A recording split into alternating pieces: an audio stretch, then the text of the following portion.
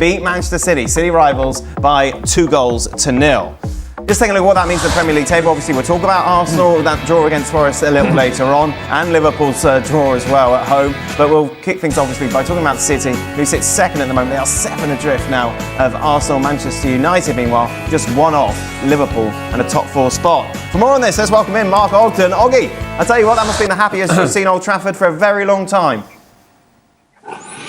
It was, and you know, they've had a couple of good results over the last 2 or 3 years. I think the FA Cup win against Liverpool a couple of years ago under Eric Ten Hag, but the atmosphere was great that day, it was great today, but I think the difference today was that United actually won a game they deserved to win. In the past they've had big wins and they've been kind of clinging on, but today, from start to finish, you know, Michael Carrick got his game plan right, United were on the front foot, attacking it, and it was like watching, you know, the old Man United of, you know, being attack-minded and going for it really. So you have to give credit to Michael Carrick for that tactic, and I think obviously the return of Brian Mbeumo and Ahmad made a big difference, but having watched the Ruben Amorim teams and prior to that the Eric Ten Hag teams, but mainly Amorim, it was just complete night and day because the football that we've seen for the last 18 months at Old Trafford has been terrible. But today, it just showed that they've actually got some good players if you play in the right positions and give them the right formation and just give them a bit of belief.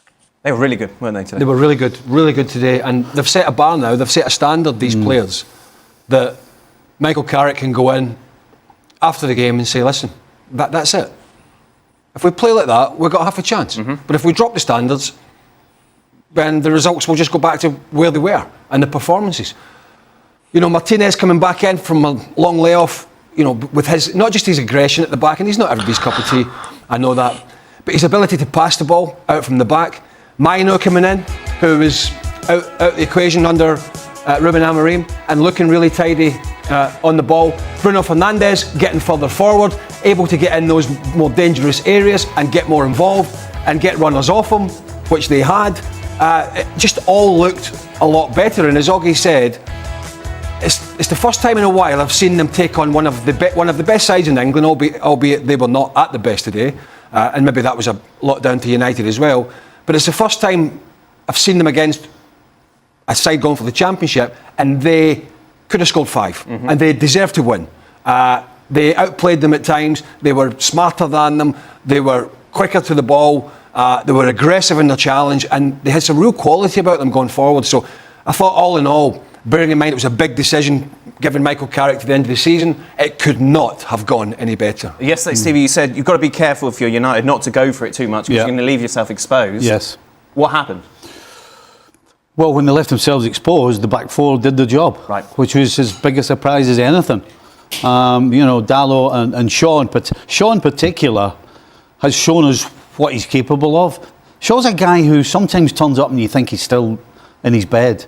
But today, he was at it, he was tight, he made good decisions. And Dalot, other than that crazy challenge that he made on Doku, was good defensively as well. I mean, Harry Maguire and Martinez never looked in any danger. They looked comfortable, regardless of what they had to do, whether it was balls in the box or whether it was just basic defending.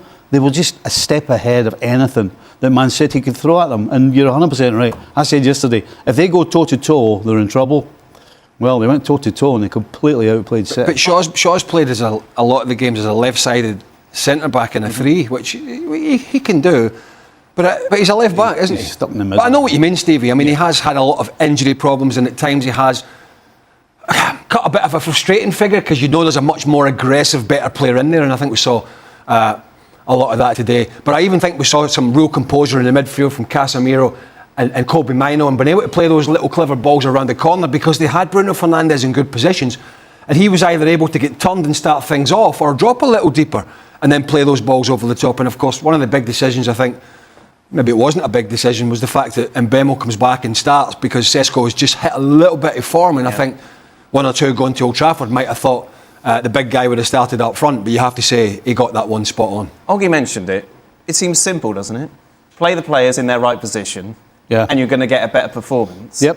Why haven't we seen, well, Ruben Amorim, obviously in particular, do this? Why complicate things when you're not getting the same results? Well, because coaches sometimes do that and they overcoach, and they, you know, and Shaw's a great example. When he's playing the left side of a 3, it's more complicated. Right. But when you task him to play left back, he knows exactly the role. And every single one of those in red today looked as though they actually knew what the role was, and they went and executed that. And I think they were a little fortunate. They found a Man City side that weren't quite at it, but they were, and so we saw what they're capable of. Just because, as you said, football players love it when it's simple, you know. Just give me a job. Tell me what you want, and I will do it. That's what Carrick did today. I would never make excuses for the United players, but it's a much more difficult dressing room to get motivated, to put performances on when your manager is continually talking you down. Right. He did. Best Manchester United team ever. Oh, I haven't got, I'm just never going to get the players to play this system. This is the worst team. Marcus Rashford, I'd rather play the bus driver. I haven't got this. I haven't got that. Let's put it all on the players. He tried to talk them down to talk himself up and make himself look better.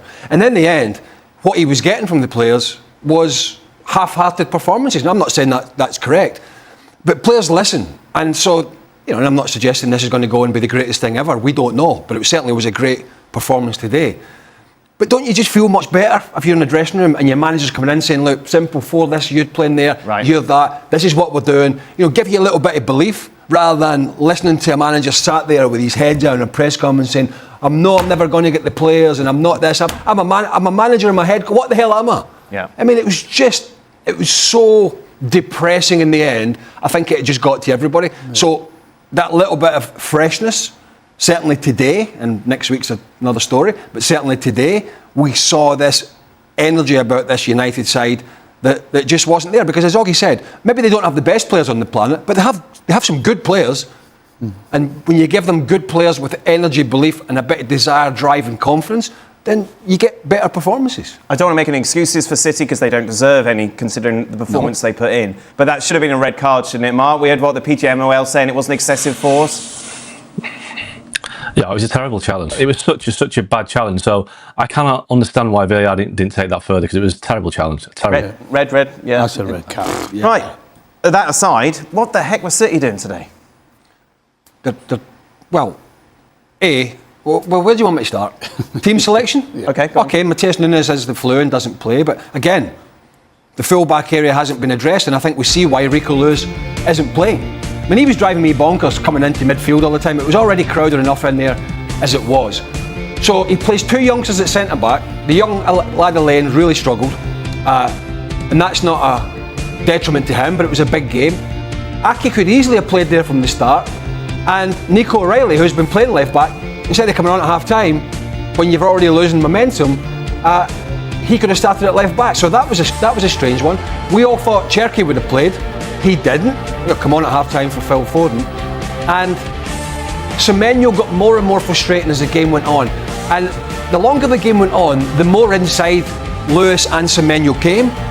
And at one point in the centre-half, I'm watching it, and I was thinking to myself, they can't even go wide. They could only go one way. So United could squeeze them to Doku, because they couldn't go to the right-hand side in the second half for the bulk of the game, or the bulk of the second half, because the full-back and the wide player were stood holding hands with Bernardo Silva and Erling Haaland when he was on the field. There was no space to operate whatsoever. I thought City were pretty pathetic today, and I think all the defensive headaches, and you can tell me, Diaz and Guardiola are injured. I get that. John Stones. But go back and look at John Stones.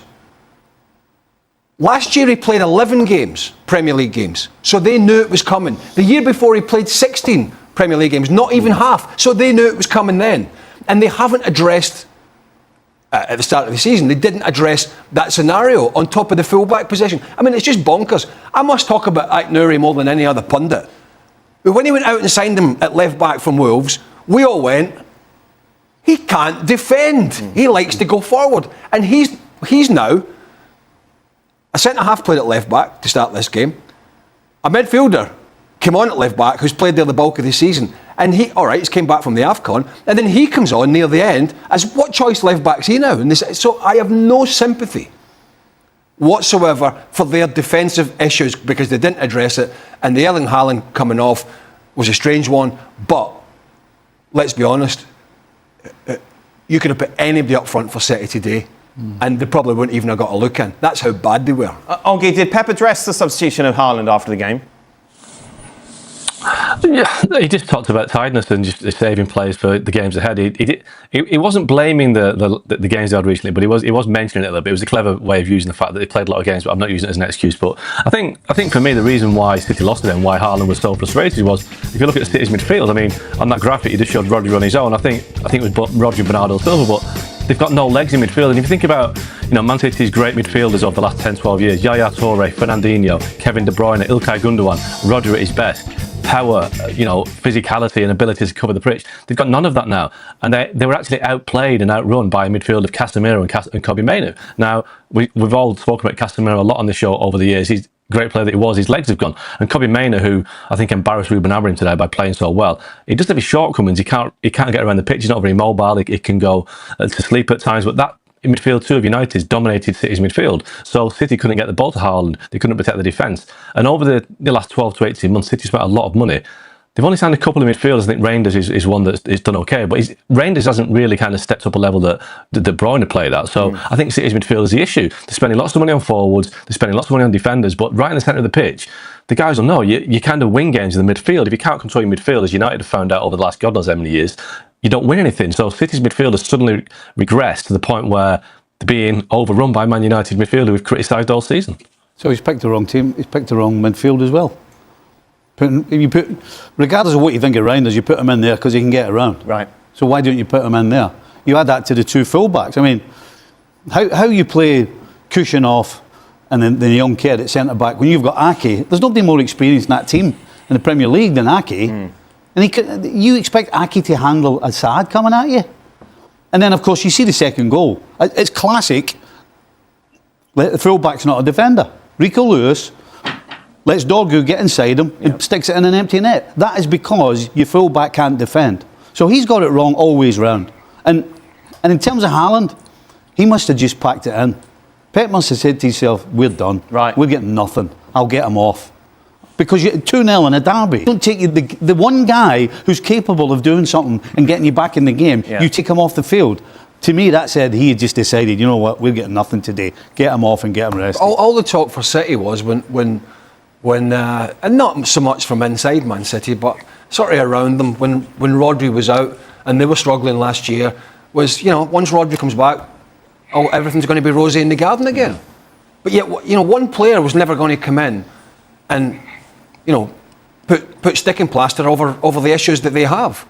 And so he has all these players, particularly in the midfield to forward areas, and I don't think he knows how to use them the best. And when you want to play Bernardo Silva a little further forward and Phil Foden in there and two wide guys, I don't care who you are. I don't care how good you are, but Rodri's brilliant on the ball, but he can't cover the ground of two people. That's impossible. He just can't.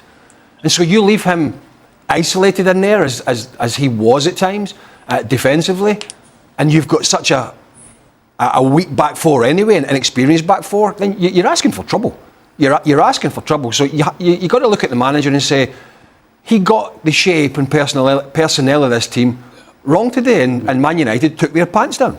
City, of course, we saw last year, they don't mind panic buying in the January transfer window. You can't say that, obviously, about Semenyo and Guehi. Great additions to the squad. Are we going to see more now, Mark, before the end of the month?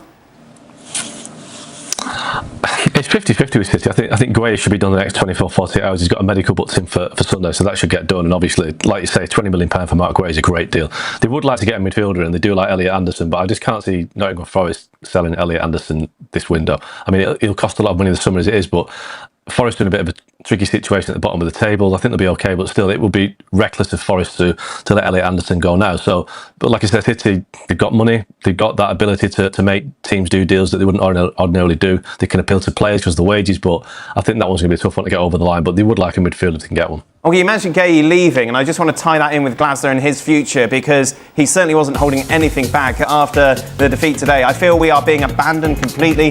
The worst thing is selling our captain one day before playing a Premier League game. I've kept my mouth shut until now. You get your heart torn out twice this season, both times one day before a game. It happened with Eze and now with Gueye. I'm not sure if Glasner's been quiet up to now, but Hoggy, overall, is this a don't blame me for what's happening at Palace, I'm still a great candidate for Manchester United?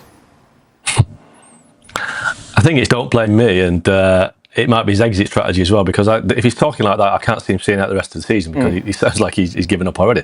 In terms of United, obviously, he will be under consideration, but I think those odds there that you're showing, I think they're very, very optimistic in terms of Glasner, because if Man United wanted Oliver Glasner, they'd get him now, because he's got 6 months left in his contract. In terms of compensation, it would be peanuts really compared to what they don't want to pay. You're probably looking at £2 or £3 million. So he's available now in the sense that he's leaving at the end of the season. I think that United are looking at a different level of coach, an elite coach, but obviously we don't know how well Michael Carrick will do. We know that'll start a bandwagon going. But in terms of Glasner, yes, he's available in the summer, but I don't think he's that high at the list at Man United right now, because, like I say, if they really wanted him, they can get him now. I think Glasner wants to make a step up.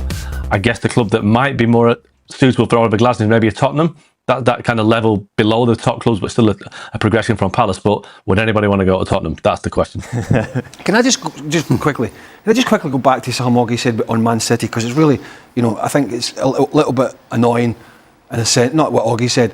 Oggy said, well, they need another midfielder, they need this. How many players does this manager need? Yeah. How many players? How much do they need to spend? What's he doing on the training field? Oggy says they need another midfielder. They got Rodri fit. Nico Gonzalez has got a knock, but they signed him for 60 million. Tijani Reinders they signed from AC Milan. Bernardo Silva's still there, and then they got all these attacking. How many players? Are we just going to keep sitting here and saying, oh, they need another 2 midfielders, they need another 3 centre halves? Are they just going to roll it out for him until he's got enough players to win this Premier League again? And use that as an excuse? Because he has enough players. Yep. Okay, he's got these injuries at the back, but I go back to it. They did not address these areas in the summer. But we're sitting here saying he needs another midfielder, and he says, they've got these players. They have them. It can't be an excuse for Pep Guardiola, after last season's debacle, to say, I don't have enough players. Right? I'm sorry, that is not a good enough excuse when you look at his squad and you look at one, and as I say, Gonzalez is out with a knock. But it's not long term, I don't believe. And Tijani Reinders was one of the best players in Italy. It's hence the reason they signed him. And Bernardo Silva is still there. There's 4 midfielders at least. Why are you hitting your phone? Because I'm getting angry. I'm going to bash the phone. I just feel there's always, and I'm not saying Oggy's making an excuse, but I just feel that there is a thought process out there that A, City haven't spent enough, and B, City don't have a big enough squad. Yep. That's nonsense. He was complaining last year that he had 2 bigger squads, didn't he, in the second half of the season. Mikel Arteta's work at Arsenal is being viewed in an even brighter light after the recent coaching shakeups elsewhere. With Chelsea parting ways with Enzo Maresca and Manchester United moving on from Ruben Amorim, the contrast is hard to miss. Arsenal has kept moving forward under Arteta, giving him time through difficult stretches, and now seeing the payoff as the club pushes again in the Premier League title race. It also raises a bigger question about strategy. While Chelsea and United are changing direction again, Arteta has been in place for more than 6 years, outlasting a long list of managers across those 2 clubs in that span. That stability has become part of the story, and it was a major talking point on the Seeing Red podcast with Tom Canton and John Cross. Beyond reacting to Amorim's dismissal and breaking down wins over Aston Villa and Bournemouth, plus Manchester City's loss to Chelsea, the conversation kept returning to one core idea: structure. Not just who is the coach, but how much power that coach has, and whether the club is built to support a long-term project. Cross pointed to Arsenal as a rare example of patience turning into real strength. He argued that Arsenal's willingness to back Arteta through the messy early phases helped create the stable position they're in now, and that this kind of time and support investment is what can turn a club into something truly solid. Canton's response was sharp and honest. Arteta's arc, he said, has almost become a problem for other clubs, because it tempts them to keep coaches they probably shouldn't. But at the same time, it's still the best example of what can happen when you hire the right person and actually give them time. And that time wasn't smooth. The discussion highlighted how Arsenal could easily have pulled the plug early.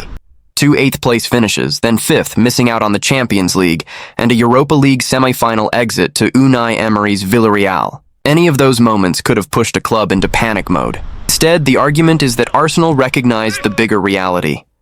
Arteta didn't have the resources to compete at the required level right away. The squad needed a rebuild. The roster needed to be refreshed. That's where the comparison to Chelsea and United becomes even more pointed. The podcast suggested that recruitment and decision-making structure are often what determine whether a coach survives.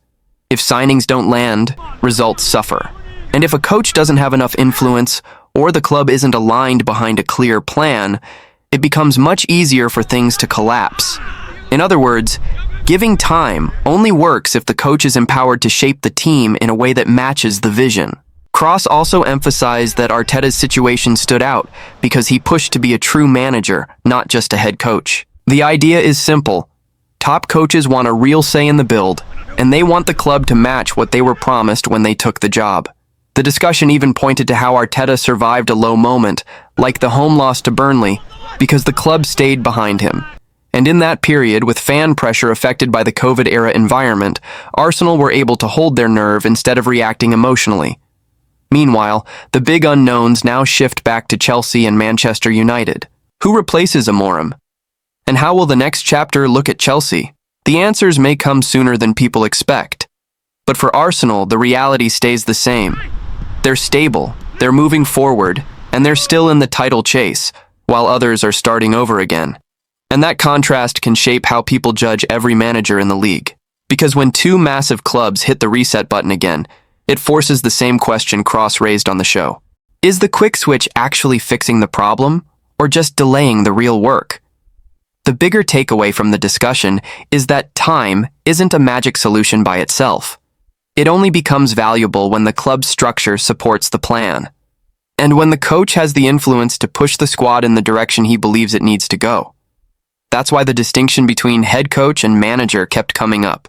The podcast point is that if a coach is expected to own the results, he usually wants a meaningful say in the decisions that shape those results. And if he doesn't get that, patience alone won't save him. That's also where Arteta's early struggles get reframed. Those finishes and setbacks could have become a reason to panic. Instead, they became evidence of why alignment matters, because Arsenal chose to treat them as part of a build, not a final verdict. And once the squad was reshaped the way the club believed it needed to be, the results started to reflect that long-term approach.